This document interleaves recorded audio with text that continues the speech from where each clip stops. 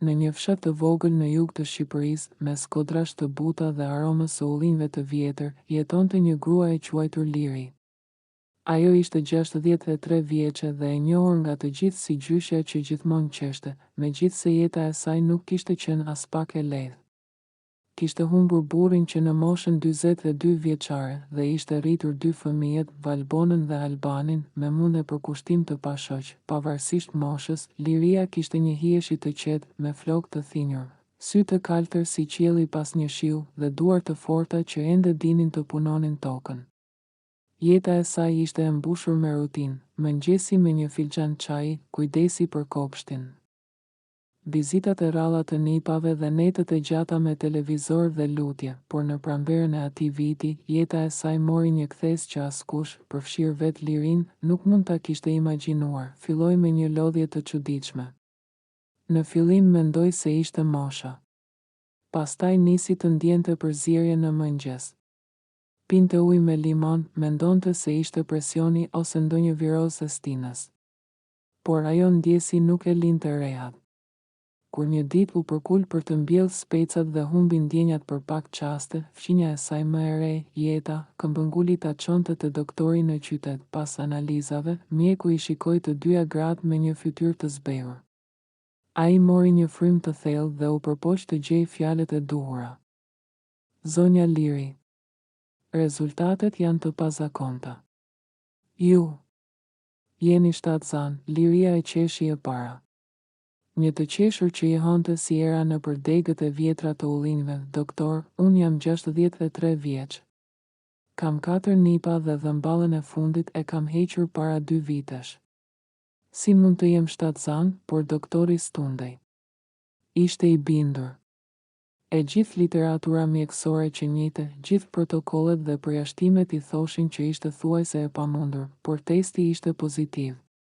Kontrolli me ultratinguj po ashtu. Brenda barkut të saj kishte jetë. Kur u kthye në fshat, Liria nuk foli me askën për ditë të tëra. Jeta, fqinja e saj, qëndroi pranë si hije, duke i bërë çaj, duke i hedhur ujë luleve dhe duke pritur që Liria të fliste vetë. Më në fund, një mbrëmje, me zërin që i dridhej, Liria tha, unë mendova që jam në fundin e jetës, jo në fillimin e një jete të re. Jeta heshti. Pastaj tha, ndoshta kjo është një bekim. Një dritë në errësirën e këtij fshati, në heshtjen tënde, në vetmin tënde, por Liria nuk mund të qetësohej. Ajo e dinte se kjo histori nuk ishte thjesht biologji apo rastësi. Ajo e dinte si ndodhi.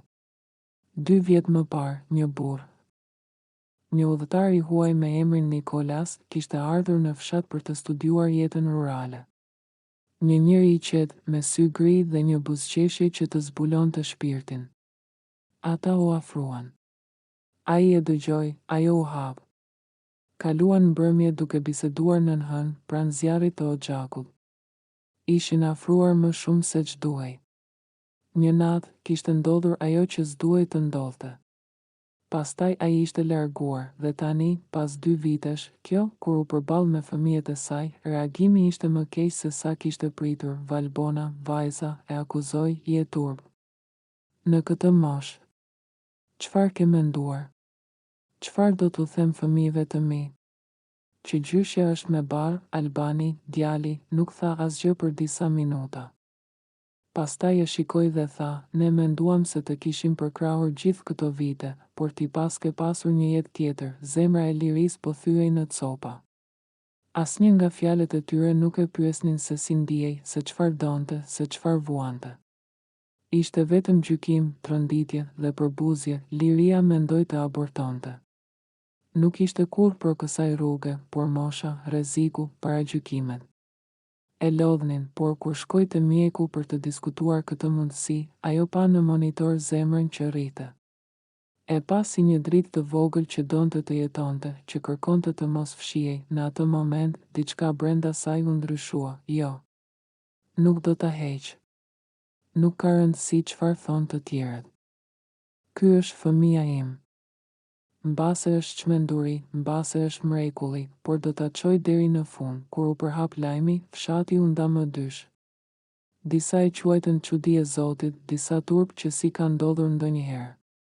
Kishte zëra, tallje, ironi, por kishte edhe heshtje respekti. Gratë e moshuara, ato që jetonin në vetmi dhe që kishin parë shumë në jetë, shikonin lirinë me admirim të heshtur. Do isha lutur për një mrekulli si kjo, i tha njëra prej tyre një ditë, por nuk ndodhi. Ti je e bekuar, jo e mallkuar, shtatzënia nuk ishte e lehtë. Kishte komplikacione, frikëra, net pa gjumë.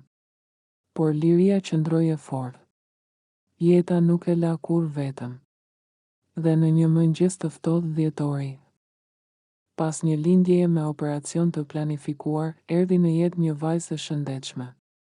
E quajti Shpresa, kur e mbajti për herë të parë në krah, liria e ndjeu se jeta kishte kuptim sërish. Dhe për herë të parë, pas shumë kohësh, qau, jo nga dhimbja, por nga gëzimi, fëmijët e saj erdhën në spital. Ishin akoma të hutuar, por pamja e një qenieje të vogël që qeshte me pafajësi i zbuti. Valbona e mori në krah dhe shpërtheu në lot, ajo është motra ime. Tha, si për të vetë pranuar të pamundurën, Albani tha, nuk e kuptoj ende. Por nëse kjo është pjesë e familjes son, do të jetë edhe përgjegjësia ime, jeta e Liris ndryshoi. U bë nën sërish në një moshë kur shumica bëhen stërgjyshe. U përball me sfida, por edhe me një dashuri që nuk e kishte njohur më parë. Shpresa u rrit në një shtëpi të mbushur me kujdes, me libra, me histori, me përkujdesje të thellë. Një dokumentarist francez erdhi për të filmuar historinë e saj. Artikuj u shkruan. Disa e quajtën fenomen biologjik. Të tjerë frymëzim për gra që ndihen të harruara nga bota, por për Lirin, e gjitha ishte shumë më e thjeshtë. Unë thjesht zgjodha të mos vras atë që më dha jetë, i tha ajo një ditë gazetares. Pas lindjes së Shpresës, jeta e Liris ndryshoi rrënjësisht, duke u kthyer në një sfidë të përditshme, por edhe një burim i thellë dashurie. Ajo përballet me paragjykime nga fshati dhe madje edhe nga fëmijët e saj, por vendos të rrisë vajzën me përkushtim. Vitet kalojnë dhe vajza rritet me ndjeshmëri e mençuri, derisa një ditë babai biologjik i saj, Nikolas, kthehet dhe përballet me të vërtetën, duke u përfshirë në jetën e Shpresës dhe Liris. Dashuria mes tij dhe Liris rilin, ndërsa vajza bëhet gjithnjë e më e ndërgjegjshme për mënyrën e jashtëzakonshme si ka ardhur në jetë. Kur liria sëmuret rënë dhe ndëron jetë, Shpresa, e rritur tashmë dhe e formuar shpirtërisht, vendos të bëhet mjeke për të ndihmuar gra si nëna e saj dhe shkruan një libër frymëzues që përjetëson guximin, dashurinë dhe fuqinë e një nëne që zgjodhi jetën kur të gjithë prisnin fundin.